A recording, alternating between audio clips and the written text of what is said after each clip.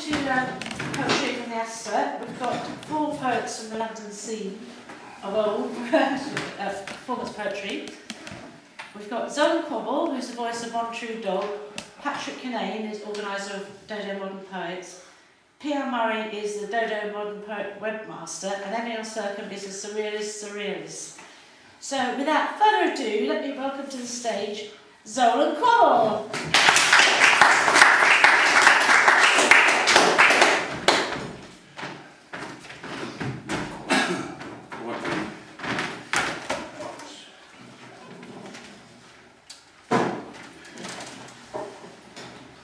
Is this in a particular movie? Yes. Webmaster.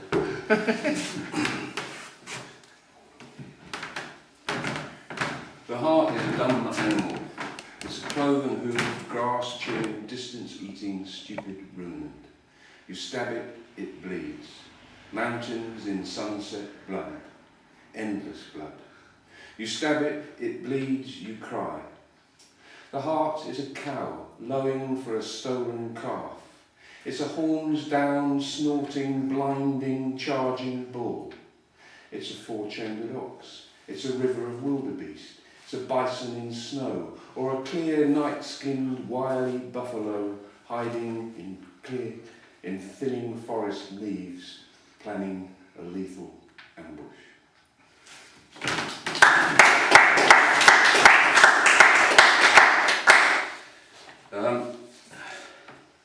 I haven't tried this one before in front of people. My mother was manic depressive. I think it's bipolar. If she was alive today she'd be called bipolar. But in the manic depressive part, there wasn't much manic really. So a lot of depressive. So whenever she's been dead a while. So whenever I see a single magpie, the one for sorrow, I sort of think of her. And this is called You Caw Like an Old Wet Rattle. I make the fact of not speaking a magpie, the one for sorrow, feeding a line of yes from my hope to its beak, questioning. Are you looking out for me? To be black and white as alive and dead, bullyingly robust, iridescent with a big fancy tail is not your style, but if you came back to share some blame when I don't believe in ghosts, perhaps you would strut on this car park in black tights, your mind's eye as moist as breakfast caffeine and as greedy for the day, and now say it's possible to find delight in life. I put yes in your mouth like a wafer of bread. Then before our conversation goes any further, you fly up into the afterthought as if you were born to it and bolt inside a cloud of leaves held fast by wood. Two for Joy swoops and bounces off the concrete to distract me from any further ruffling of your plumage. Keep it black and white, she signs, pointing down with the tip of her left finger feathers to execute the perfect bank and turn.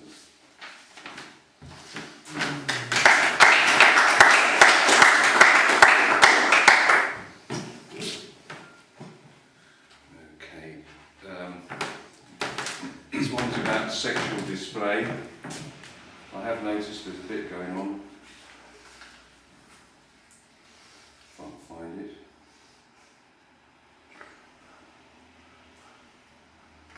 Should put a bookmark in, Christopher. Okay.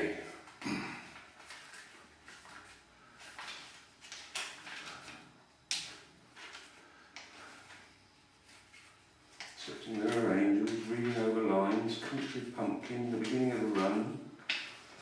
Here we are, sexual display.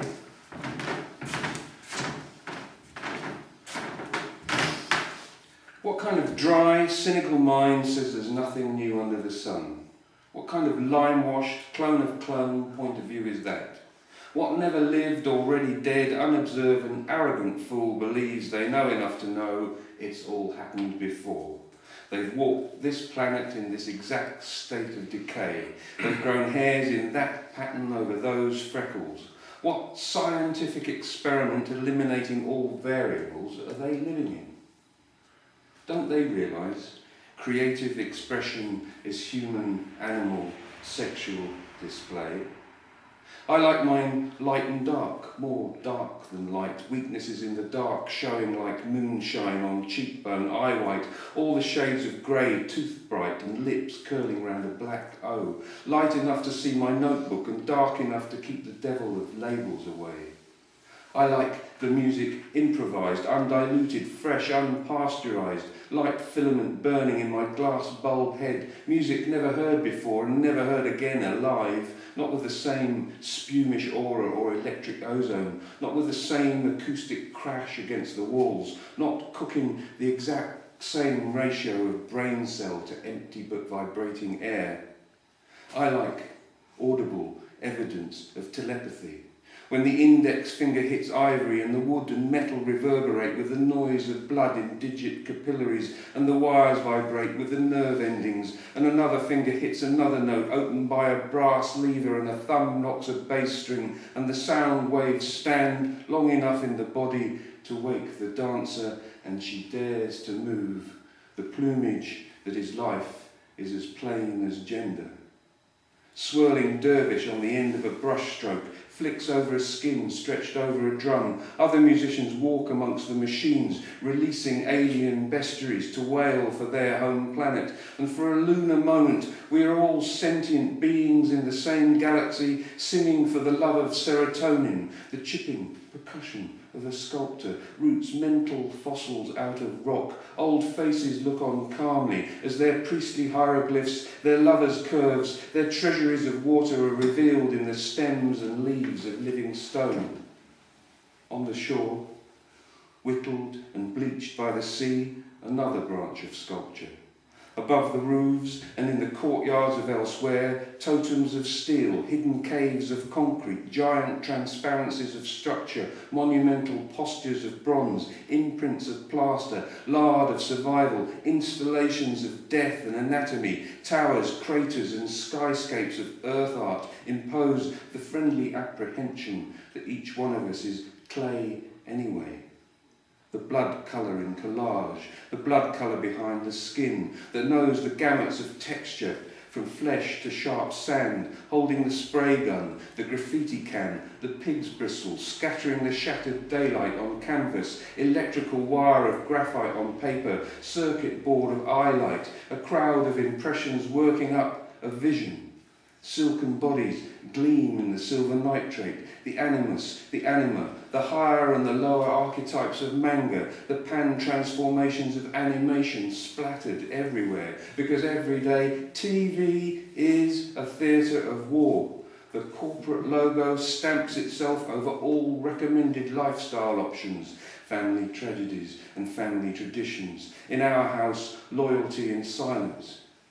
Even so, imagination breaks down the stalags, gulags, concentration miles of consumerism.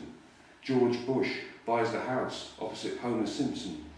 Then there's the community art of film, the priceless fairy lifestyles, the product placement conveyor belts with armies of extras in excess rolling out of Hollywood to conquer the world. They know, they always have known, all creativity is sexual display, from the haircut to the Museum of Fine Arts, from the facial trick to the landscape algorithms of military role play, from the prancing horse on my shoe to the recipe for wheat beer, from the sandcastles falling into the moat assimilating the sea to the name of the thoroughbred. The heart bypassed producer loves the actor who loves himself, walking across the screen, attempting nuance in the lightly sprung step, the economical knee lift, the wishbone flex of hip, ghost sail of straight back, easy gimbal swivel of neck for a face of lips that kiss under a steady gaze of irises which scan the darkness of the cinema. The adult human struggles under the weight of someone else's words, carried to the ends of the earth, desperate to unlock the meaning hidden in his human form.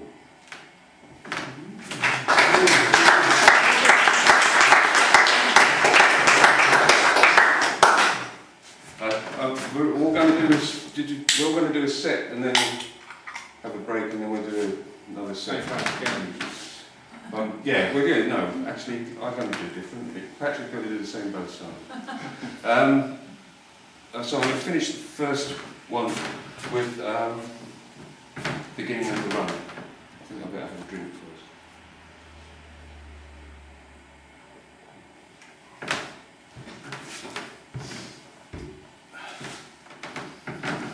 And the beginning of the run is loose, long strides, eating up ground, and the body bounces, and everything is ease. And at the top of the pace, eyes look far ahead, and at the base of the pace, all things look liquid to brush aside, and all the steps are inevitable and large and long, may they last one after another. Then the bag in the hand is a huge square thing in a round rhythm, not heavy to be carried so far already, but awkward. The right hand doesn't swing as it might, and the right arm is cramped in its one position, and the right shoulder is muscle stretched tight. And the left shoulder gyrates in a drum of oil, and the legs flick forward with squirts of oil for the joints, and the hips feel like a whole reservoir of oil, and the belly is bowsprung if legs reach far enough. To take a deeper breath and fuel this engine more, knew like a spirit would course through limbs, untying and exalting as it went. Some of the pain would move to pleasure, breathing deep to the toes, pouring it down through hips would induce an endless gallop, endless gallop. The breath comes difficult, the bubble of it, horizon-sized. I have not been open to it, I have sprinted and not like my blood is thick with use, limbs stiff with old blood without air. I will have to stop and breathe noisily as I used to when a child, breathing while running and running so far and so far, when a huge open space gave me a yelp like a dog, and I'd run and run, not stopping, exhausted and running some more. Now I stop and measure the volume and number of breaths, like the stock taker, the teacher or the jailer at roll call, just before I measured the paces like a landowner, an undertaker or an artillery officer, all mourners of the child.